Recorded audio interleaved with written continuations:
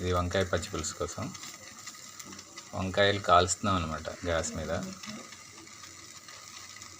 మామూలుగా అయితే తెల్లగా లావుగా ఉన్న వంకాయలు చాలా బాగుంటాయి, కానీ వాటి ప్లేస్లో పొడవుగా ఉండే గులాబీ వంకాయలు ఉంటాయి కదా, వాటితో కూడా చేయొచ్చంట మా అమ్మ చెప్పింది. అందుకే వీటిని ఇలా కాలుస్తున్నాను అనమాట.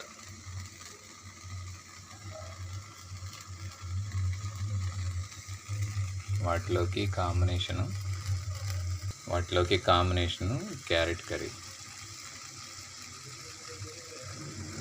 Looking very colourful. ఇదేమో పచ్చి పులుసు కోసం అన్నమాట.